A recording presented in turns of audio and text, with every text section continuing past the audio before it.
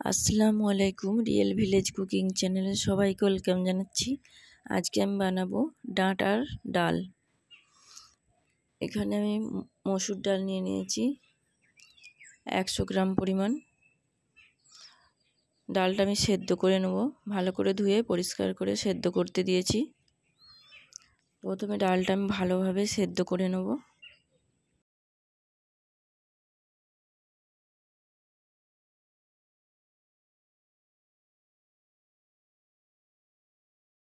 এখানে নিয়ে নিয়েছি দুটো সজনে ডাঁটা,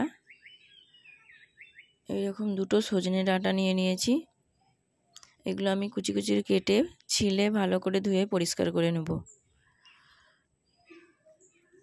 ছোট ছোট সাইজ করে কেটে নিয়েছি, ধুয়ে ভালো করে পরিষ্কার করে নিয়েছি। এটা আমি এবার ডালের মধ্যে দিয়ে দেবো।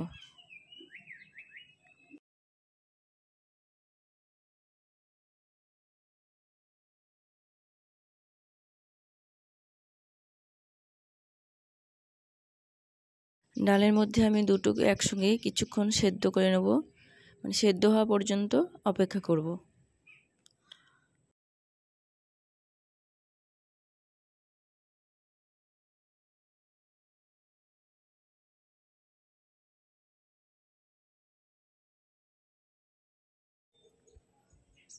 ডালটা প্রায় সেদ্ধ হয়ে এসেছে।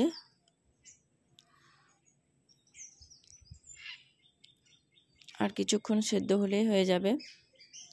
আমি একটু নেড়ে দিচ্ছি, আবারও কিছুক্ষণ সেদ্ধ হবে।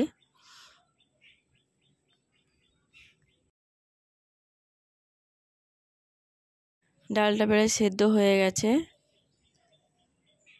খুব ভালোভাবে সেদ্ধ হয়ে গেছে। ডাঁটাও খুব ভালোভাবে সেদ্ধ হয়ে গেছে। এই পর্যায়ে দিয়ে দিচ্ছি জল, পরিমাণ মতো জল দিয়ে দিচ্ছি। আমি আবারও একটু নেড়ে দিচ্ছি।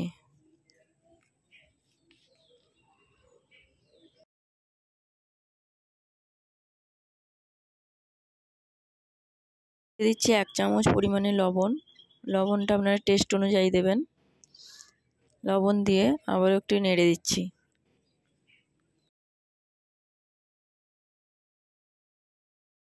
দিয়ে দিচ্ছি 1 চামচ পরিমাণে হলুদের গুঁড়ো। হলুদের গুঁড়োটা আমি আবারও মিশিয়ে নিচ্ছি।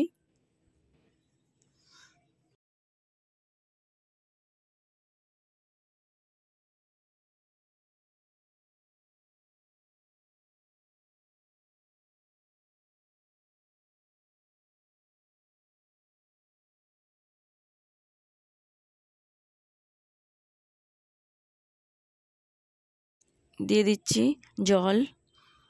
জল দিয়ে আমি এটা ডালটাকে ভালোভাবে ফুটিয়ে নেব, হলুদের গন্ধটা না থাকে। দিয়ে দিচ্ছি হাফ টমেটো কুচি। টমেটোটাও সেদ্ধ করে নিতে হবে।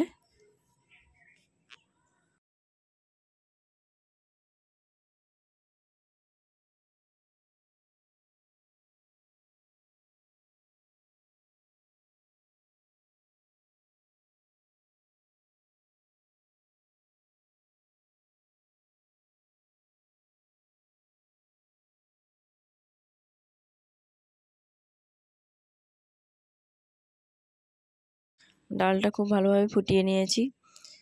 এবার এটা আমি বাঘার দিয়ে নেব। দিয়ে দিচ্ছি সরষের তেল। 3 চামচ পরিমাণে সরষের তেল নিয়েছি এবং দিয়ে দিচ্ছি একটা শুকনো লঙ্কা। দিয়ে দিচ্ছি কুচি করা পেঁয়াজ। আমি কিছুক্ষণ পেঁয়াজটা আমি ভেজে নেব।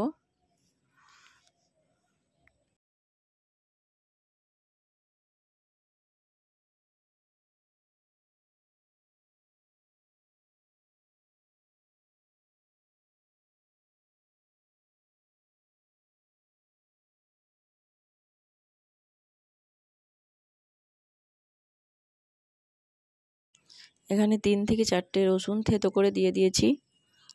এটাও আমি নাড়াচাড়া করে একই সঙ্গে ভালোভাবে ভেজে নিচ্ছি।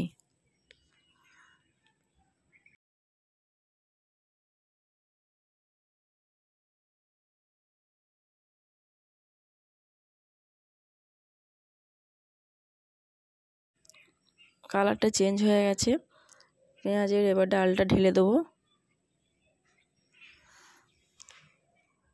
ডালটা দিয়ে কিছুক্ষণ আমি রান্নাটা করে নেব। এইভাবে আপনারা বাড়িতে ট্রাই করবেন। গরম ভাতের সঙ্গে ডাঁটার ডাল খেতে খুবই ভালো লাগবে। বাচ্চা বড় সকলেই খেতে পছন্দ করবে। ভালো লাগলে অবশ্যই চ্যানেলটা সাবস্ক্রাইব করবেন নতুন নতুন রেসিপি পাওয়ার জন্য। আমি একটা প্লেটের মধ্যে একটা সার্ভ করে নিচ্ছি। খুব সুন্দরভাবে রান্নাটা করে নিয়েছি। আপনারা বাড়িতে ট্রাই করবেন।